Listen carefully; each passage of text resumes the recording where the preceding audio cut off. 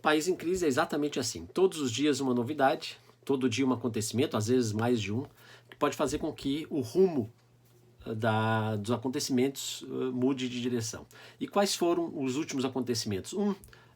Uma entrevista dada pelo Procurador-Geral da República, afirmando aquela tese estranhíssima de que as Forças Armadas poderiam intervir para restabelecer os lugares dos poderes. Não é? Hoje, um artigo do vice-presidente da República, mais uma vez, em menos de um mês, publicou um artigo. Não é? E o terceiro movimento, as articulações da sociedade civil organizada, se posicionando em relação a uma crise.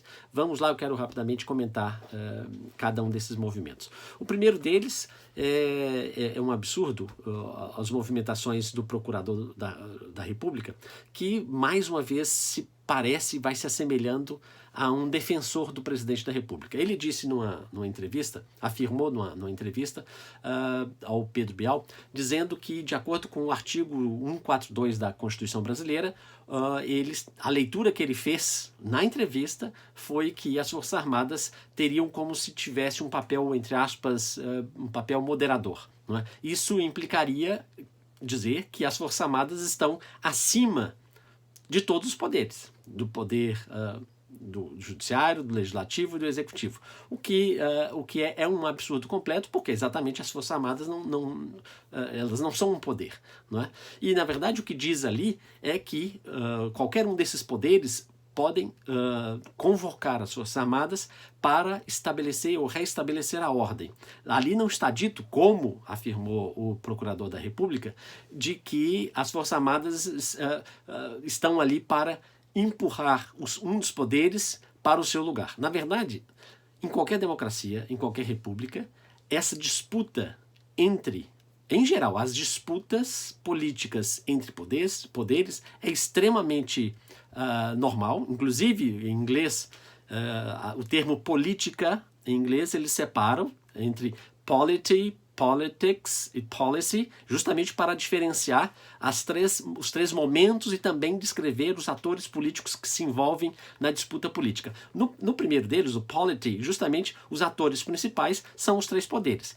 Mas o que a gente tem visto no Brasil não é mais do que uma disputa política, justamente porque um dos poderes não está questionando do ponto de vista legal e usando os canais reconhecidos para demonstrar insatisfação com decisões. Na verdade, o que a gente tem visto, alguns dos seus ministros e o presidente da República, e também o vice-presidente da República, é tentar anular o papel que o judiciário tem tido e tem na Constituição. Então, isso, na verdade, ultrapassa a política ou as tensões normais que existem e sempre existirão entre poderes. Não é? Justamente porque ele não está simplesmente discordando, mas ele está ameaçando, eles estão ameaçando a existência de uns poderes.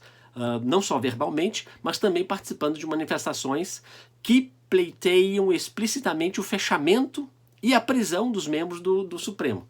Não é? Então, esse é um movimento um dos movimentos, e a gente está ficando escancarado justamente que o fato do Procurador-Geral da República representa não os interesses da República, mas cada vez mais os interesses do Presidente da República. Muito bem. O outro movimento grave que aconteceu foi, mais uma vez, em menos de um mês, o vice-presidente da República se manifestou por escrito num artigo publicado no Estado de São Paulo. O primeiro artigo, em geral, essas pessoas em alto escalão da política, eles em geral têm os seus ghostwriters. São pessoas que são contratadas para escrever e eles assinam. O que não tem problema nenhum, todos os presidentes fazem isso. Mas o que a gente viu foram dois tons muito diferentes. Naquele artigo, há 3 semanas atrás, o vice-presidente Mourão apresentou uma erudição que ele não tem, não é? Mas apresentava um vice, digamos assim, se mostrava leal ao presidente, mas num tom mais educado, mais palatável para a sociedade brasileira. O artigo de hoje é muito diferente, não é? É muito diferente e muito mais próximo do que ele realmente é. Né? Que é muito mais agressivo, bastante autoritário, e os tons dele estavam justamente o quê? Condenando as manifestações havidas no domingo contra o governo, não é? E ele empacotou todas elas como se fossem manifestações todas compostas por delinquentes, agressivos, terroristas, autoritários. O que é muito estranho, não é? Porque se a gente recordar muito bem naquela entrevista ministerial do dia 22 de abril, ali o presidente da República dizia, não é, que temos que armar, que ele pretende armar as pessoas, pretendia, e o que aconteceu, decretar, autorizar que as pessoas se abastecessem de munição. E o que fazia o vice-presidente da República? Nada, tomava notas, às vezes dava um sorriso ali meio lacônico e tal, e tomava notas como se fosse absolutamente normal. Né? Ou seja, ali estava o presidente da República dizendo que outras pessoas que não as Forças Armadas, que não as polícias, deveriam andar armadas para se contrapor às decisões do judiciário. E isso não chamou a atenção do vice-presidente da República. O que chamou a atenção foi justamente quando as pessoas, eu diria, majoritariamente pacíficas, né, foram às ruas se manifestar contra o governo e contra o presidente Bolsonaro. Né? Então, outra coisa que ele fez de grave foi justamente também fazer ataques pessoais ao ministro Celso de Mello. Não é? Então também ele não usou dos termos mais, digamos assim, mais polidos e políticos para fazer uma crítica. Agora, o que pretende o vice-presidente? Essa ainda é uma incógnita. Né? Afinal de contas, qual é a estratégia do vice-presidente? De um lado, ele quer se mostrar bastante direitista, exatamente para não despertar nenhuma desconfiança naqueles aliados mais próximos do presidente. Então ele está se mostrando o seguinte: eu sou um militar da linha dura, estou com vocês. A gente não pode esquecer que ele também foi alvo de críticas dos bolsonaristas mais fundamentalistas. Então ele está mostrando o seguinte: não desconfiem de mim, eu sou um direitista como vocês. Não é?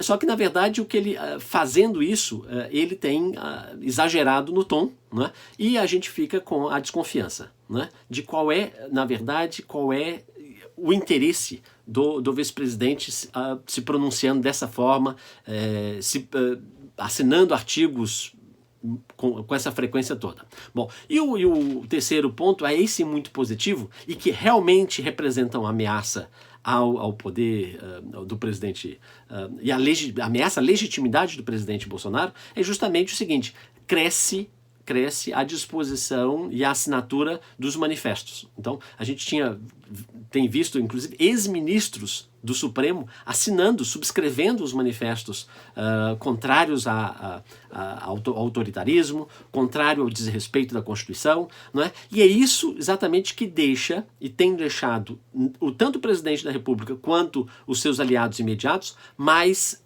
acuados. Então, nesse sentido, eu diria que o cenário de hoje, de quarta-feira, é um governo acuado, amedrontado, tanto quanto em relação às manifestações de rua, quanto em relação às manifestações da sociedade civil.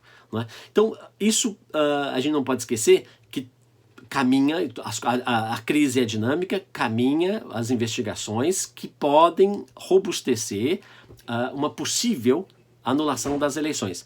O que eu não acredito que venha a acontecer. Né? Não por falta de provas. Eu acho que provas eles já têm suficientes, né? Mas por desgaste político. Isso faz com que... Mas é importante que essas investigações possam ir adiante, justamente para pressionar uma outra alternativa, que seria o impeachment, que nós sabemos ainda está improvável, mas talvez seja a saída mais viável e menos traumática para o país como um todo.